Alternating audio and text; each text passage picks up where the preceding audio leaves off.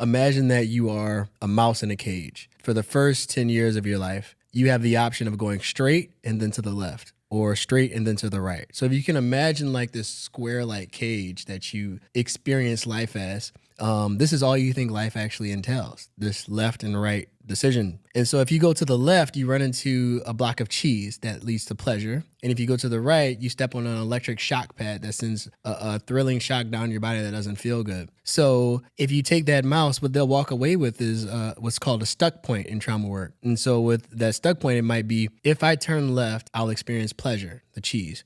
If I turn right, then I'll experience pain. And the reason that it's a stuck point, because a lot of people listening be like, well, that's true, right? Like that mouse, if it went left, it would experience pain. And if it went right, it would experience pleasure. And a lot of my clients say the same thing. Like, you're trying to make me do this trauma work, but it was true that vulnerability is bad. It was true that being a burden was bad. It was true that me trying to assert myself, like, what could I have done different in childhood? To which I will respond, nothing.